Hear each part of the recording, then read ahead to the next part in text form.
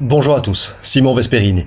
Cette vidéo aujourd'hui qui servira de mise en garde pour les gens qui pensent à s'installer en Russie, pensent à s'installer dans une moindre mesure, mais quand même cette vidéo peut les intéresser au Bélarus. Pourquoi je dis ça? Parce qu'il y a une corrélation entre le rouble biélorusse et le rouble russe, on en parlera plus tard dans cette vidéo. Donc cette mise en garde pour vous dire que la vie risque de devenir vraiment chère pour les candidats à l'expatriation ou simplement les gens qui veulent voyager en Russie. Je vais vous expliquer comment et pourquoi on en arrive à ce genre de constat et qu'est-ce qui va se passer à l'avenir concernant le pouvoir d'achat du français moyen, des français tout court, dans ces pays-là. Et pour ce faire, bien sûr, je vais prendre dans un premier temps en référence le rouble russe par rapport à l'euro. Ce qu'on voit là à l'écran, c'est le rouble russe par rapport à l'euro. Ne vous inquiétez pas, les gens qui n'ont pas l'habitude des graphiques, on n'est pas là pour faire une analyse graphique, mais vous donner simplement des chiffres et des références. Voilà ce que vous voyez à l'écran, c'est simple de le comprendre. La courbe de prix du rouble par rapport à l'euro. Là, le rouble il augmente et là, le rouble il baisse. C'est tout simple. Alors, au moment où le conflit en Ukraine débute, donc on est là en février 2022, l'arrivée des sanctions font que le rouble chute. Il chute très fortement. Le rouble chutant, eh bien évidemment que les prix, en comparaison, en Russie, ils augmentent. Parce que, bien, le rouble, il a moins de pouvoir d'achat, donc pour acheter la même chose, il faut plus de roubles qu'avant. C'est logique. À ce moment-là, il y a une réaction massive de la Banque centrale de Russie qui augmente les taux d'intérêt et le rouble, artificiellement, d'une façon, de toute façon, les interventions des banques centrales produisent toujours des effets dits artificiels. C'est pas le marché qui se régule comme ça de lui-même et je pense pas qu'il y ait un pays au monde qui laisse les choses se passer comme ça d'elles-mêmes. Donc, artificiellement, on peut le dire, en tout cas, grâce à l'intervention de la Banque centrale de Russie, le rouble se revalorise. Et à ce moment-là, bien, il est très fort par rapport à l'euro. Il est aussi fort qu'il ne l'était en 2015 ou en 2014, avant le premier wagon de sanctions. Mais l'effet quand même des taux d'intérêt de la politique de la Banque centrale de Russie ne dure pas et il y a aussi sans doute une volonté à ce moment-là de ramener le rouble un petit peu à la baisse et il va plus bas qu'on ne le voudrait. Et il tombe ici, là, à 0,009 par rapport à l'euro. Et il tombe encore plus bas quand il s'enlise quelque part dans le conflit et quand il y a la crainte de nouvelles sanctions et de nouvelles difficultés économiques pour la Russie.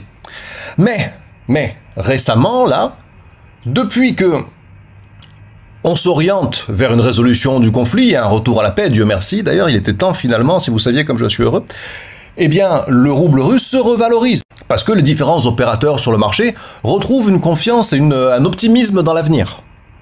Les entreprises qui ont quitté la Russie, certaines vont revenir, des sanctions qui sont en place vont être levées, il y a de nouveaux échanges économiques qui vont se mettre ou se remettre en place, notamment avec les États-Unis. On a vu la déclaration de Trump qui dit vouloir établir des liens commerciaux forts avec la Russie. Et ça a pour effet de revaloriser le rouble russe par rapport à l'euro qui, lui, dans tous les cas, ne se porte pas très bien. Alors, vous voudriez me dire, et vous auriez raison, on va retrouver le pouvoir d'achat qu'on avait en fait en 2020, grosso modo. Ou qu'on avait en 2022, avant vraiment que ça chute et que ça rebondisse très haut.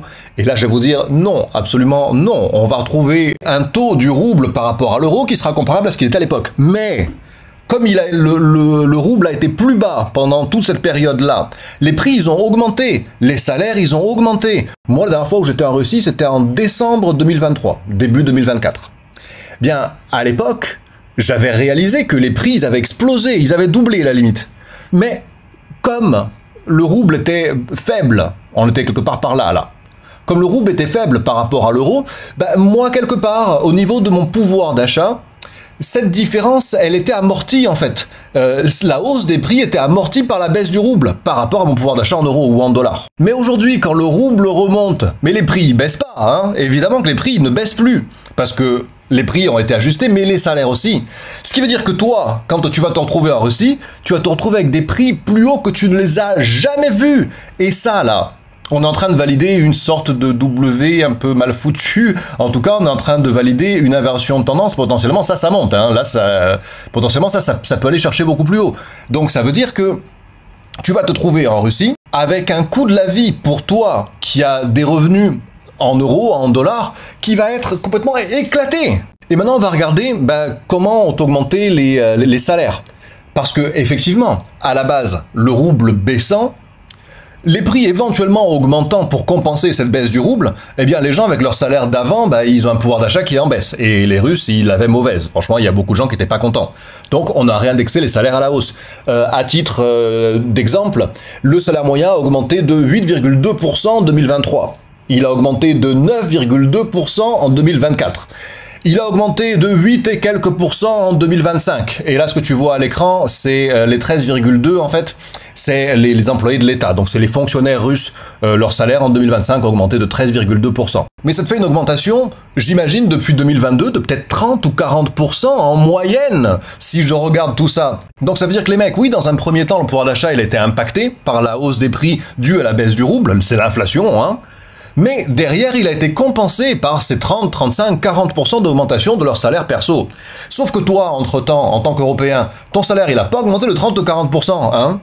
Et ton euro, il a baissé. En tout cas, là, il est en train de baisser par rapport au rouble.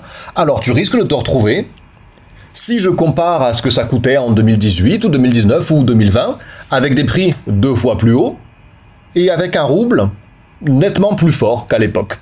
Donc ton pouvoir d'achat, franchement, les gens qui pensent que ils vont aller en Russie avec leur petit salaire moyen français et que là-bas les femmes vont leur courir après parce qu'elles fuient la misère et qu'ils vont être bien, elles vont être en place parce qu'ils ont un pouvoir d'achat important, ils sont français après tout.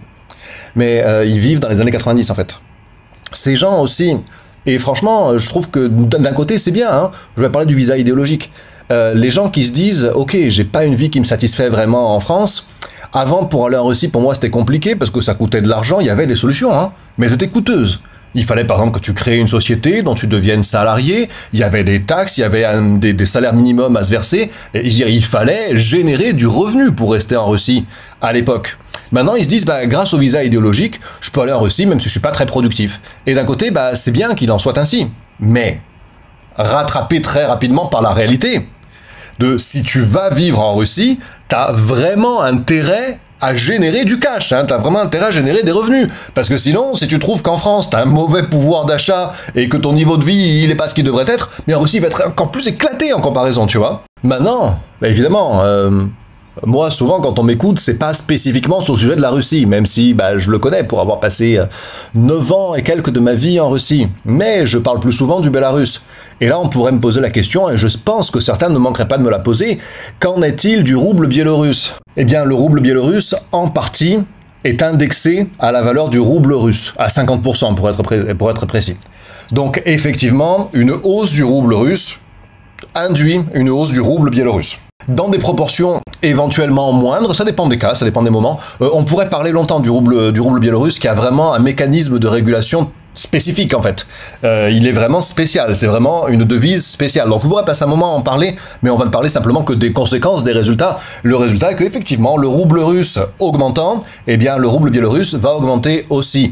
Au Bélarus, pour donner une idée, hein, moi quand je déboule en 2020, je vais manger dans un bon resto avec ma copine, on se fait plaisir et on en a pour 150 roubles.